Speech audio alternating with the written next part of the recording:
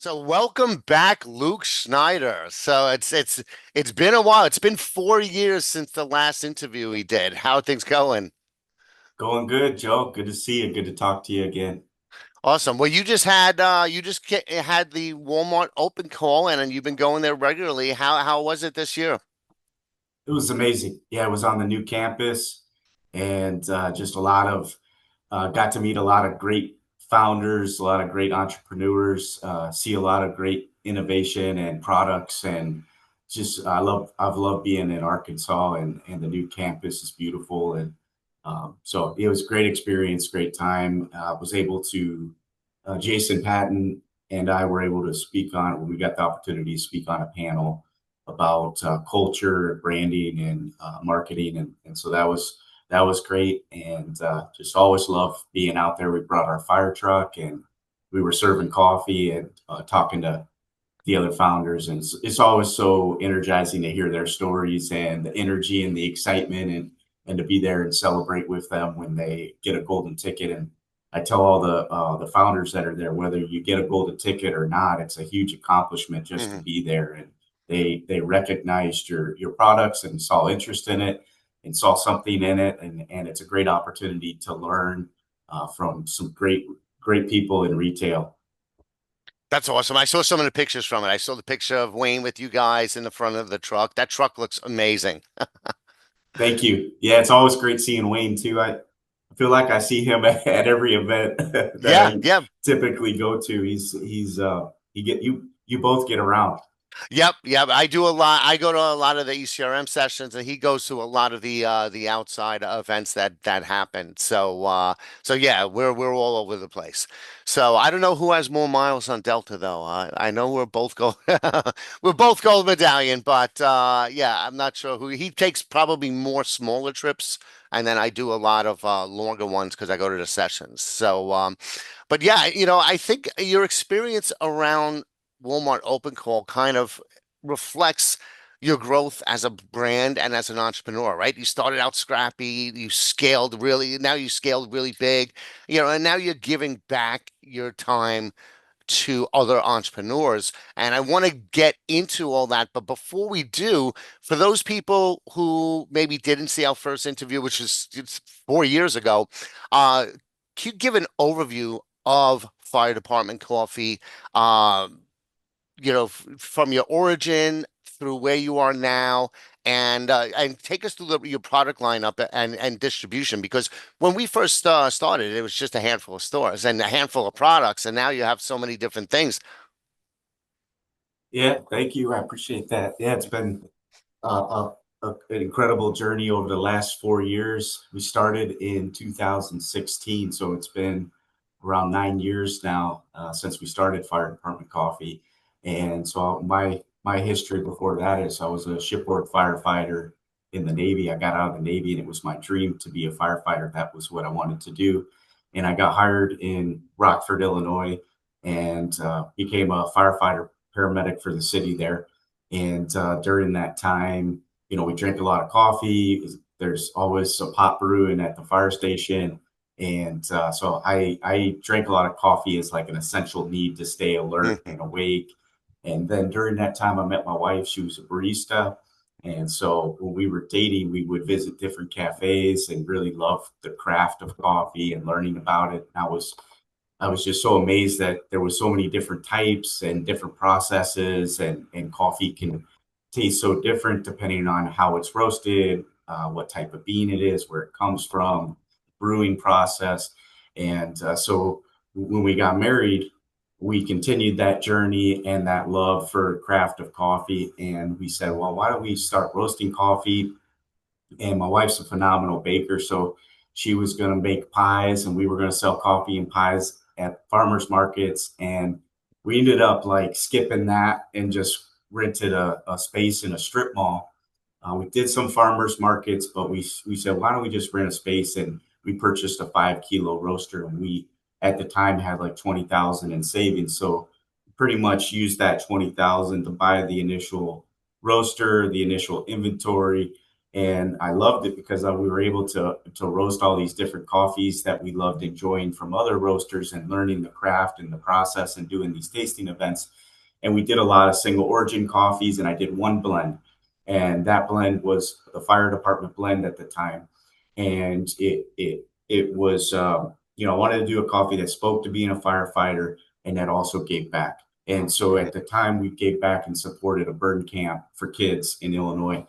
And I love that about the coffee, that I was able to combine my passion for the craft with a purpose. And out of all the coffees we did, all these unique specialty coffees, the single origin coffees, everyone gravitated toward this fire department blend. And so also what I noticed was that there was a lot of people that were firefighters in my Mhm. community that were supporting it, and a light bulb went off. Is like I could start getting this into fire departments and start selling to fire departments, and so that was the idea. And then yeah, that's kind of was the where the idea started. I also realized that needed to start making money because the uh, the tasting events, were kind of sporadic here and there. We Mhm. may have done like a couple a month, but it was difficult to get into. Like we tried selling into restaurants, we tried Mhm. selling at different places. We did do tasting events, and we made some sales there, but really realized that I needed to start developing a brand, and I really Mhm. wanted to build a brand with a mission. And that mission developed and ended up founding the Fire Department Coffee Charitable Foundation in 2018 with a mission to support sick and injured firefighters. And the reason why we did that was because there was a firefighter who reached out early on when I started the company, and he was a Cal firefighter that was paralyzed from a tree that fell on him. And he was on a wildland fire, and a tree fell on him and Mhm. paralyzed him. And he sent a video where he was taking steps with crutches.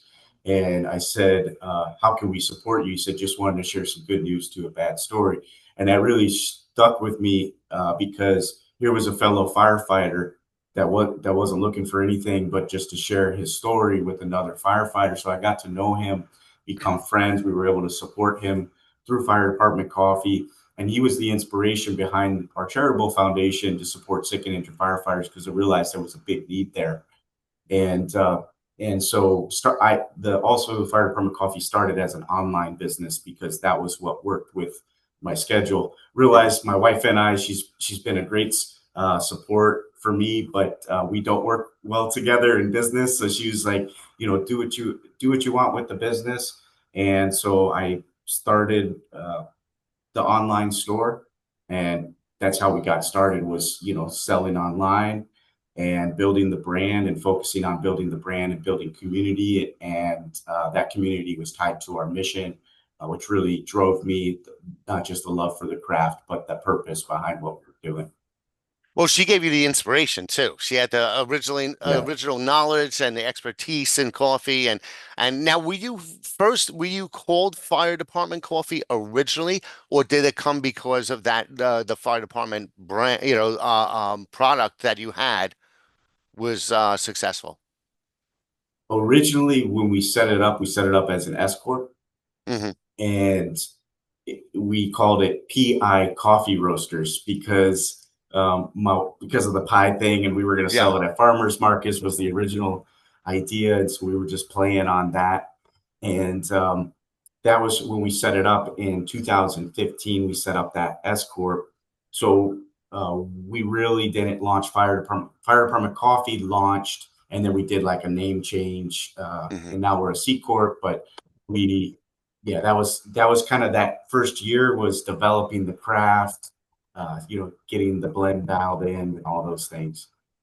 Yeah, and then I know you've gotten a really, really devoted audience among the firefighters. Like you guys sent. I gave you the address of a couple of friends who are firefighters, and you sent them some swag and some samples. And I ran into him a year later, and he was still wearing his fire department coffee hat. And you don't see that with like a major national brand typically, but still wearing it. That's awesome. I love to hear that. Yeah, the firefighters and our mission and supporting our fellow firefighters really is ingrained in what we do. It drives our mission. It drives a lot of our culture in our company, and it really gives us purpose to stay focused on that mission. And so we always wanted to be coffee for everyone, but stay true to who we are and our brand as the identity and the mission behind our brand. So a lot of firefighters work for our company too. So we have a lot of active and retired firefighters that are on our team. Gotcha. And when you were still working full time when you started, when did you flip the switch to entrepreneur full time? That was, I think it was like 3 years ago. I was a firefighter for 12 years and then took a leave of absence, like for 1 year. I talked Hmm. to the police and fire commissioners and asked, told them about the business and all these doors that were opening and all the growth that we were having with the business and, Hmm. our mission, shared that, what we were doing in the community and everything. And they supported it and they said, I could have a leave absence, so unpaid for a year. But then that gave me a year to decide, if I was gonna go all in, and Hmm. so that was about. I lose track, but I think it's like 3 or 4 years ago, sometime that I Yeah, went but all in. that's good. I mean, you really gave yourself a good opportunity or a good period to really test it out, right? To really see, is this going to work? And if it's not, and it's cool that you were able, like, let's say it didn't work, you could go back, right, with that leave of absence. So that was really cool that they gave you that opportunity, and then you obviously took advantage of it and did go all in because we see the results of that. So take us through your product lineup. You have because you have a lot of different things that you've launched over the past couple of years. Our core SKUs are we have our original medium roast, which when we started, it was just that one coffee. We started Yep. with one coffee. The red bag. That's that's the red bag. Yeah, that's the OG, and that started it all. And then we have a shellback espresso that pays homage to my Navy roots Mhm. and shellbacks. So with the Navy, when you cross the equator, you become a shellback, and there's like a Navy tradition that sailors will go through, and then you become a shellback. And the interesting thing too is that everyone who's in the Navy is also trained in firefighting. So it ties back to the brand. And then the other thing was that coffee grows along the equator, and to become a shellback, you got to cross the equator. And so that's one of them, one of our core SKUs. And then we have a shell or a skull, excuse me, skull crushing espresso.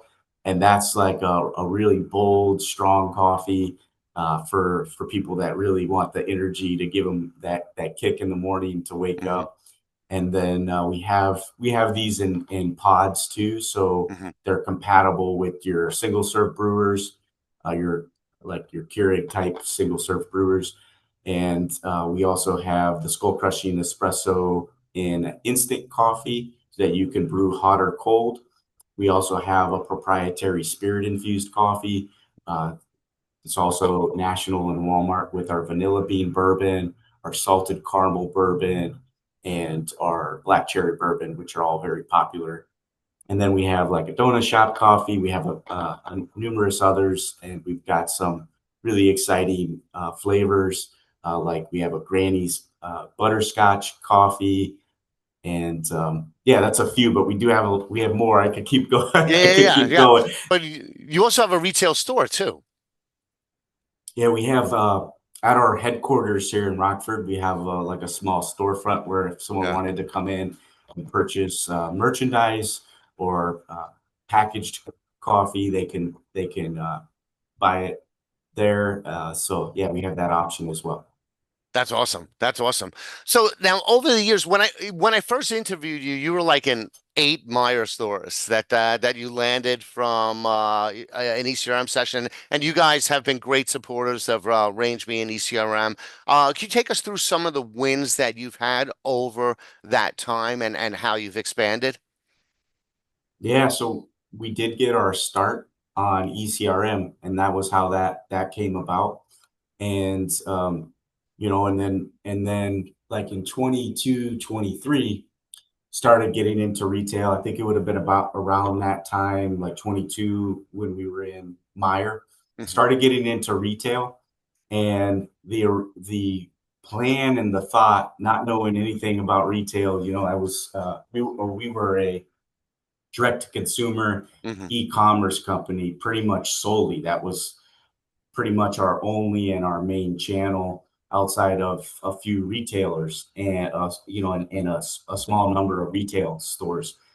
And then I guess I should say, I had the idea, like I wanted to go in everywhere. That was my thought. It's like I want to go everywhere. I Yep. want to get in as many doors.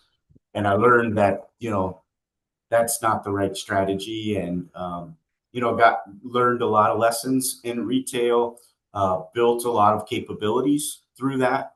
Built a lot of capabilities through our direct to consumer business, because we had a strong and healthy, growing direct to consumer business. Hmm. So that basically helped us grow our vertical integration, as well as we have a fulfillment center here in Rockford, Illinois, and about 50,000, actually more than that now, but it's 50 plus thousand square feet of facilities here in Rockford. But yeah, just learned that really needed to develop a focus strategy and Hmm. where we wanted to win and where we were going to get good partnership with the retailers. And so, when we heard about open call, there was an opportunity to go, and there was an open call invite near the Chicagoland area, and we had our fire truck. We brought it down, and we went to a Walmart there. We served coffee, and I got to pitch for an opportunity to get invited to open call. And at that time, we were already national in another retailer. We probably had a couple thousand retail stores at the time, maybe 2 to 3 thousand retail stores that we were in. And when we really started taking that focused approach, it was looking at where are the big opportunities, where do we feel that our brand fits, and Walmart was our number one priority. It's the number one place people shop, and they also spend the most on coffee. So it's the number one place people buy coffee. Hmm. And so we knew that that was a big opportunity. And so really excited about this opportunity to pitch at open call. Then we got invited to come to open call in 23, and we were the last company to present. And we ended up meeting with the VP of Pantry and the senior VP of Pantry. And when we met with them, we told about our story, our mission, where we were at in the market, how we wanted to grow with Walmart, that what was different between our products and what was in the coffee set. And I think I said this already, but obviously our mission is a big part of it. So Hmm. shared that. Our social talked about our social media, our distribution, our capabilities.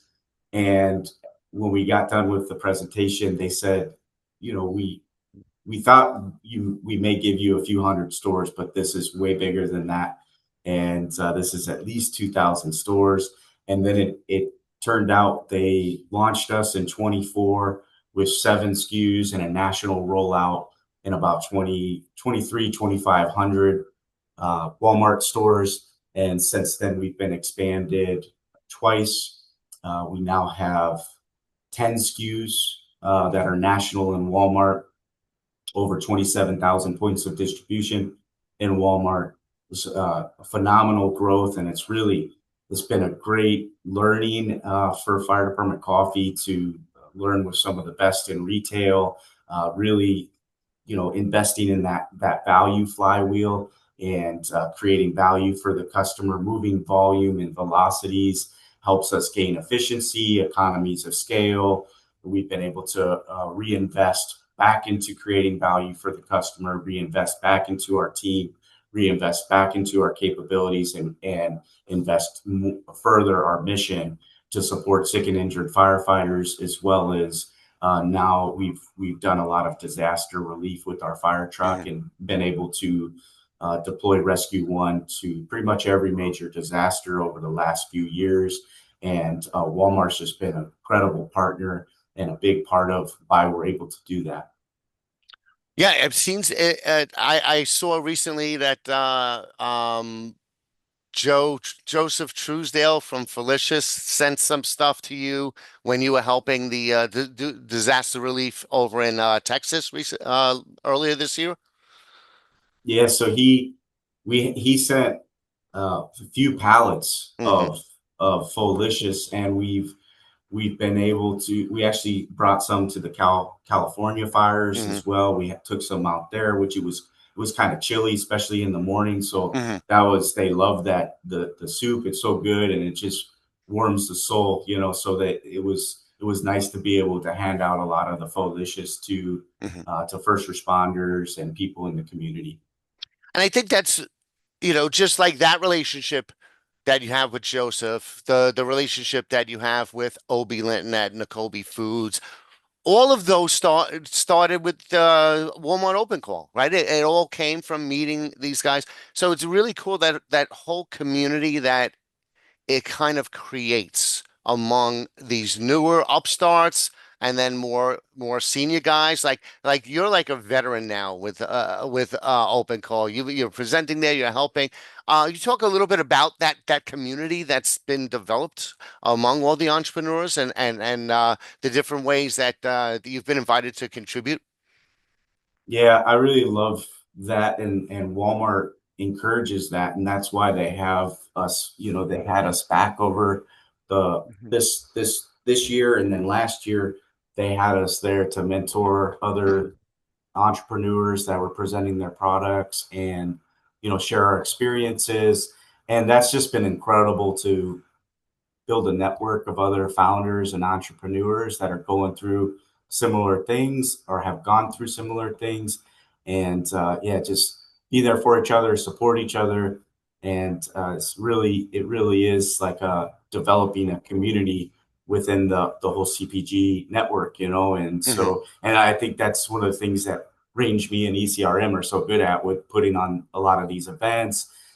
Also with Open Call, I know through Range Me, people can Mhm. apply for Open Call through Range Me, but you create environments like that, like the founder event that I'll be at Mhm. next month. I'm really excited about that. It's just another opportunity to meet with other founders and network and share stories, experience, and network. Yeah, I'm looking forward to moderating that panel. And it's funny when I mentioned when I invited Obi and I told him you were there, he flipped out. He was like, "Oh, I love Luke. This is going to be so cool." So he was so excited to be. But again, it's just another example of of those founder to founder relationships that happen and how you help each other out in more ways than one. Education, learning, sharing some of your learnings with them, but then also they're helping you when you're helping at these different disaster areas and helping the first responders there. So it's just it goes beyond just that education and teamwork and sharing successes, but you're really actually boots on the ground helping each other in different ways. So I think that's an amazing part of this whole thing. Yeah, I'm so excited to see Obi. He's just a great guy, just full of life and yeah, so excited to hang out with you guys. He's a little smaller than he used to be. He's about 100 pounds down Oh over the wow. past year, so you may not recognize him when you see Oh him. wow. That's incredible. He's been on a health journey. We're actually going to do an interview about his health journey because him and I have similar ones.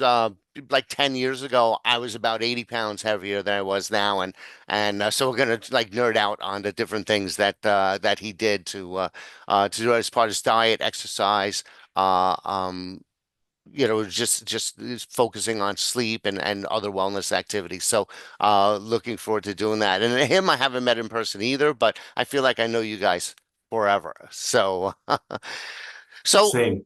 so how many total stores are you in, right? Walmart, Meijer, everybody else. How many total stores?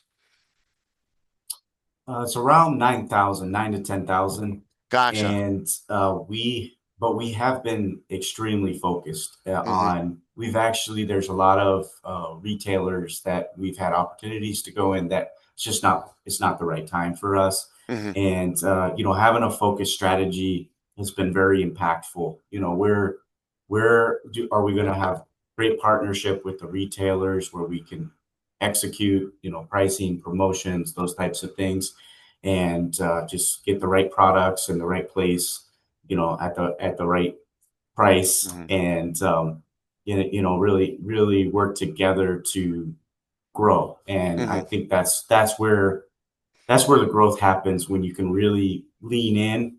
And Walmart's been a great partner, and they've said, you bet on us, we'll bet on you, and it's been true. And so Hmm.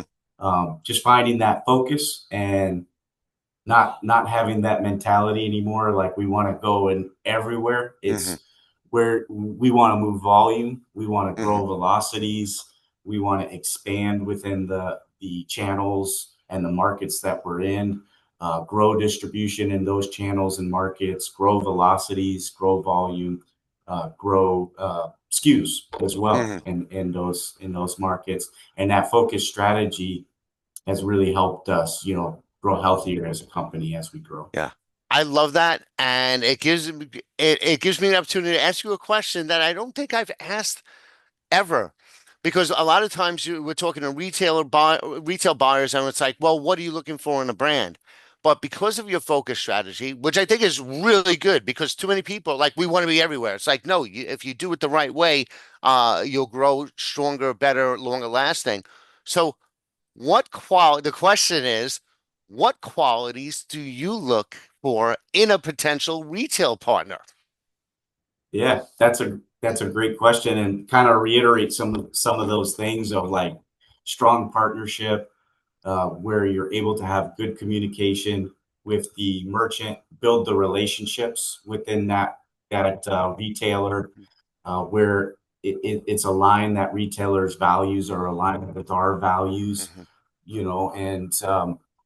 and then that's where, yeah, just focusing on that, building the relationship there, where you have strong partnership, getting it right, and Hmm. continue to just improve and listen and learn. And that's what we learn about each other, we listen to each other, and that's how we grow together. Yeah, I think that's so important. And I think it's something, especially for newer brands out there, where they're really excited about just growing and growing and growing. But there's a way to grow and there's a way not to grow. Because if you grow and you go and you take on a retail partner that is really not the right fit, it backfires and it sets you back even further than if you never went with them at all. So that's why as soon as you said that, I love that. That is such a great way to do it. Now, granted, even though you're focused, you still grew a lot in the past 4 years. So, how have you had to adapt the business as you've grown, in terms of like production, operations, marketing, all that?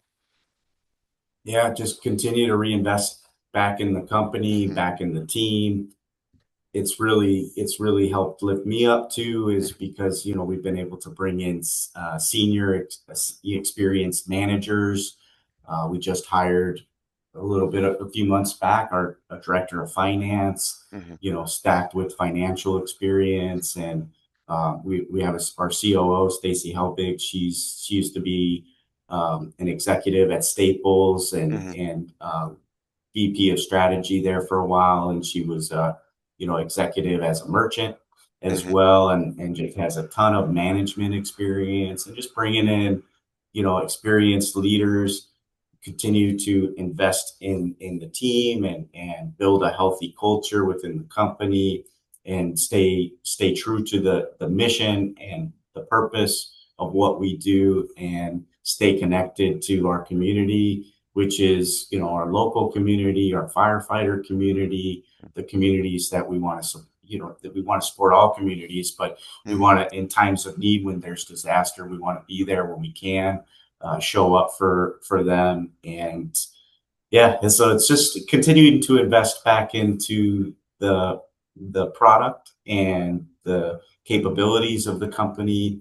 And we gain efficiency, we gain scale Hmm. with that, we gain focus.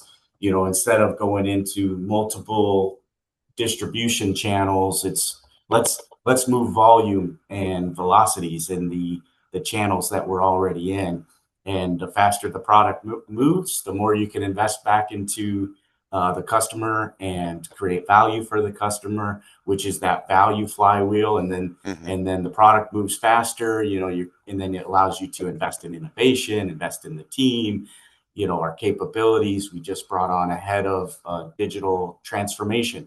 And so digital is a big thing. AI is a big thing. We want to be at the cutting. We want to be at the tip of the spear when it comes to technology and digital, advancing the company through digital, advertising, all these different things that are connected to digital, especially even efficiencies. Hmm. And when you can use technology and data and analytics, you learn faster. And the Hmm. faster you can learn, the faster you can move. And so it's like, how do we move faster? How do we make more data driven, financial driven decisions and stay true to our mission? Gotcha. I actually met Stacy in person. So I did meet one of you in person. She was at one of our, I think, our food service session years ago, a couple of years ago. But I knew her before when she was on the retail side. So, but I think that's cool, and I really that theme of focus is really coming through, and you could see that laser sharp focus really benefits you, and quality of partnerships versus quantity.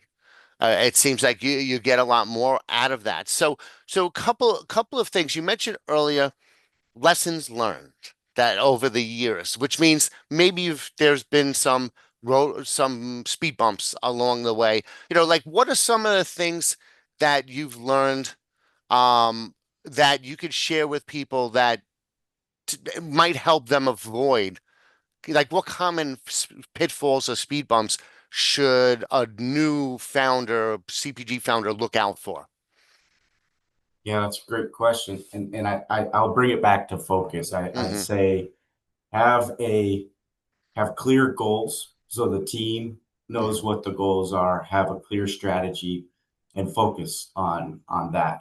And where does your brand fit? Where do your products fit? Where do you see the opportunity? Where do you want to win? Like, and if you focus on those markets or channels, you'll be able to really go deeper instead of casting a wider net. Because when you cast a wider net, sometimes you stretch yourself thin, especially Hmm. when if you're bootstrapped or you're growing quickly. Inventory is it can alone inventory alone can suck up your cash flow.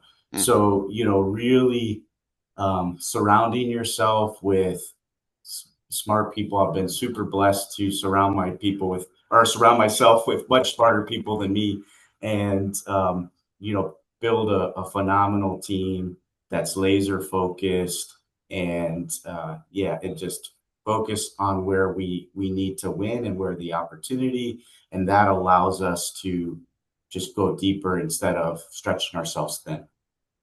And what's interesting though is you do so much stuff both on the business side, but also on the giving and mentoring side. It's like, how do you find time for all of that? Clearly you do. You make the time. Again, it probably goes back to focus, right? Yeah, and it wasn't always that way. Like as I was saying earlier, is like I had to learn the hard way. Thinking it early on when I thought about it is like I want to go everywhere and be in as many doors. I thought about it as door counts. That was not the right strategy, Hmm. and yeah, and just I forgot what I was thinking, but I remember what I was thinking. I was, it's been, a long time where it was just constant grind. But Hmm. as we've, you try to enjoy the journey. You got to enjoy the journey. You got to Hmm. enjoy the journey. Learn from the hard times and the good times. And the challenging times make you stronger. Learn some lessons through those. But as we've been able to grow and reinvest back into the company, been able to bring in great managers, great leaders, and that's been able to allow me to, spend time on other things and rising tides raises all ships. So Hmm. that's the key is you as the company rises, your team rises, and you're able to do more and focus on the things that you need to focus on and want to focus on. Awesome. Awesome. And because I know we got to wrap this up soon. Um, you guys have a good sense of humor. And talk a little bit about that and the importance of, because I mean the videos you do are amazing. You have a humongous social media presence. I think that also helps in a lot of ways, but leveraging humor. What are your thoughts on that?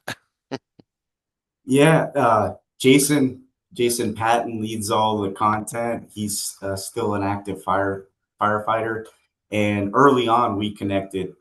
And I was few year actually I think I was only maybe a year in, maybe a little less, maybe 6 months to a year in Hmm. when I met Jason, and knew because at that time it was solely direct to consumer. So I Hmm. knew we needed to build an online presence, we needed to build a social media presence, and we needed to engage with our community.